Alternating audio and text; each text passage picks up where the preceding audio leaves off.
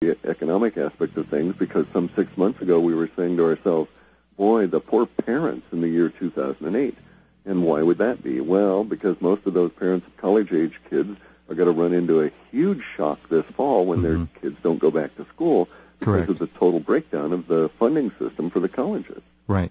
And we've seen it going long enough, Jeff, that I extricated myself from being a senior manager in the higher education field, which was my field of choice until about 2.5 years ago. And I looked at Clif's data, I looked at the underlying economics, and said to myself, you know, all this here stuff's going to blow up at some point, so why don't I make a move before it becomes mandatory that I move?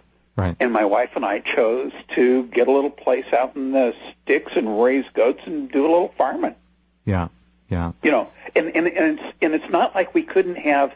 The software has the capability to do things like pick the all-time high of Microsoft and so forth, but our emphasis has been on making more of the fundamental change down at the warrior core kind of level, and getting unplugged from the addiction to paper assets, and shininess of new cars somehow equates to your value as a human. You know, those kinds of hypnoses. Right. Our toys define our worth on the planet. Yeah, he with the most toys wins. Yeah. And that, we find, is a very temporary aberration within the mental structure, entirely non-supportable, non-sustainable, and by assuming survival into 2018. By that point, our data suggests there will be a radically new mindset, pretty much globally for the populace as a whole.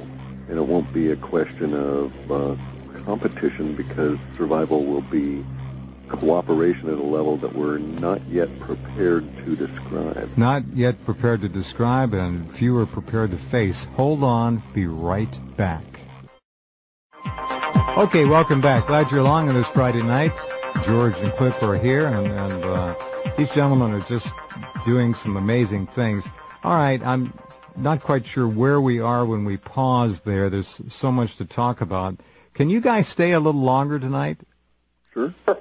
Great. We've got 2 more segments to go, but I'd like to go another hour if we can. That's only 40 minutes. I really want to build this up appropriately, and all the listeners out there, the email I've gotten has been extraordinary about your work. So even if the Black Ops boys don't care, these listeners do. I'm sure the Black Ops guys are going about it their own way. Well, they're listening. They don't miss anything. They know. Yeah, and we've also run across various different other countries. Just today I had to repel a large hack attack that was being piggybacked off of an old Lotus Notes server that IBM runs.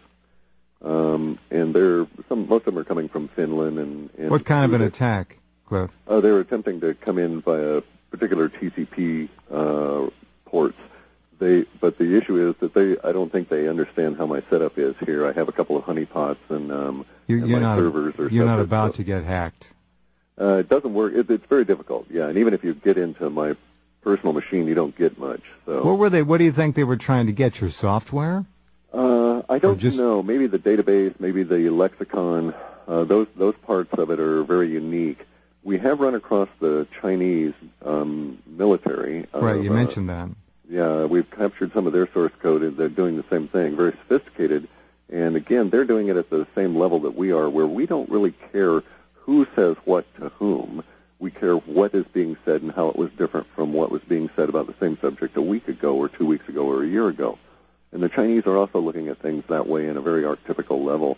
I think they were attempting to, or have already built, mood sensing software, kind of like ours. And that's one way to think of ours, is that it senses large movements in the mood of the populace. As expressed via the language. Correct. And we get some really good, interesting information that can be interpreted. For instance, we got details about the DC sniper that proved to be very accurate when everybody in the global media stream was running around screaming, single white nut job in a white van. George, actually, I think, didn't you have the patch on your site? Yeah, we actually, one of the readers of Urban Survival after I put up Clif's descriptor set, said, "Gee, that sure sounds like an Army Ranger out of Fort Lewis kind of thing." And also Wow. had the Globemaster plane. Yeah, there was a specific reference in the linguistics that Clif had pulled out to globe circling above, and as it turns out, the older of the two guys involved had military experience, and as I recall, it was jumping out of Globemasters. Now, let me ask you a question. When you come across a new word or phrase on the Internet, something different, how many instances of it, Clif, will you come up with before you call it a trend? How many do you need? That's two separate questions, really. You have to understand the way language works, no matter what language it is. New language evolves and it has a tendency to spread through a mechanism that's known as a ladder mathematics. And it's the same kind of patterns that you see spreading disease in orchards or frost damage on orchards, that kind of thing. Okay. So we'll pick the pattern up maybe as early as the first 3,000 to 4,000 instances of the word being used. That's on a global basis, folks. I want you to understand. And how many fora and venues would you scan? 500,000 or more. We get 90 plus million reads. Each read can be maximum size is 2,048 words. But that's kind of a little bit misleading because it actually has a lot more intelligence to it. So it has already, by the time it's gotten to that reading point, dumped all kinds of stuff around those words. Okay, so you come up with a word pattern or a phrase. Do you then take that word pattern or phrase and key your software to look for that specifically, or do you continue doing a broad-based rake of the whole system? The latter. We continue on our normal processing and just sort of file that away in one of these little bin that we call bit buckets.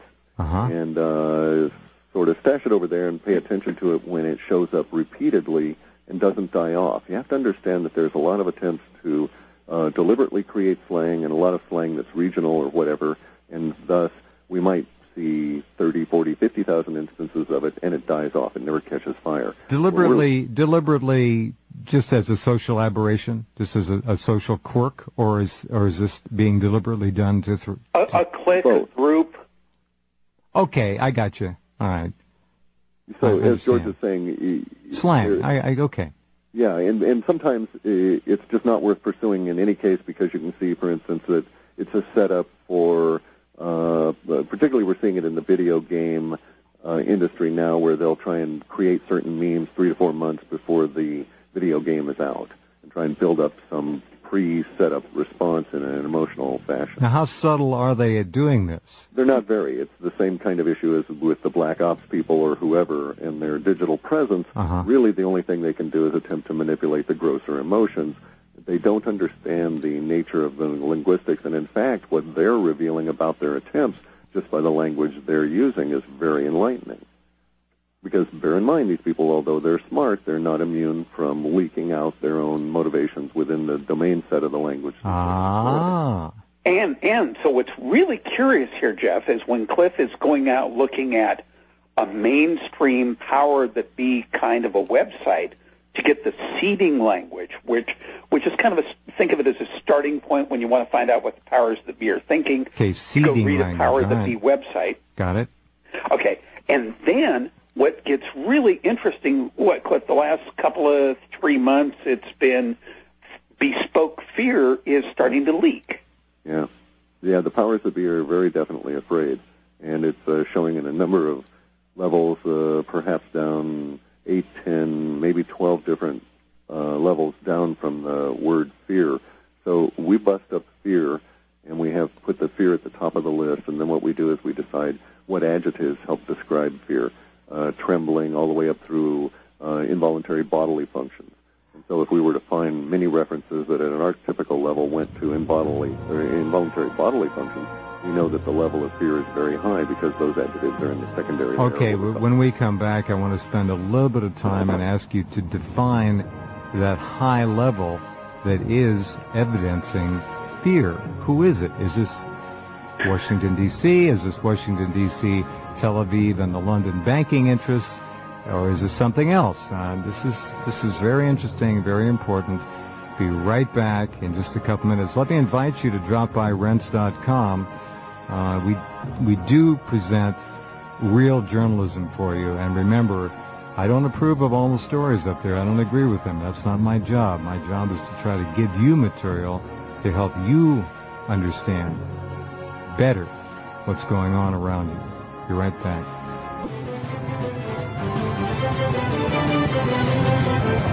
Okay, and we're back with George and Clif. Okay, gentlemen, if you want to comment on anything where we are right now in the conversation. Yeah, I'd like to say before we get too much further along that the way that we work things here, George, your site, urbansurvival.com, will always have available on his free daily update anything that we think that we've discovered that is in the general public